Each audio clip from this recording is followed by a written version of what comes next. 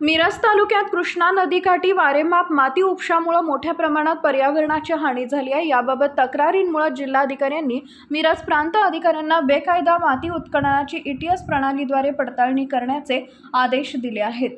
कृष्णा नदीकाठ परिसरात मागील 10 वर्षांपासून चालू असलेल्या बेकायदा गौण खनिज माती उत्खननाची ETS प्रणालीद्वारे मोजमाप करून संबंधितांवर फौजदारी गुन्हे दाखल करून व पर्यावरणीय नुकसान भरपाई वसूल करण्याचे आदेश जिल्हाधिकारी यांनी दिले।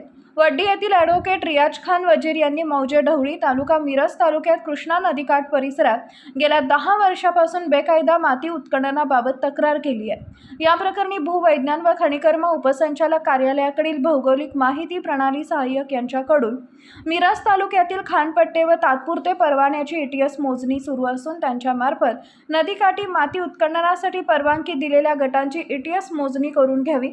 झालेले उत्खनन व भरणा केलेले स्वामित्व धनाची चलनं याचा ताळमेळ घेऊन जादा उत्खनन झाले असल्यास संबंधितांवर महाराष्ट्र जमीन महसूल कायद्यानुसार आवश्यक कार्यवाही करावी असं जिल्हाधिकाऱ्यांनी आदेशात म्हटलं आहे।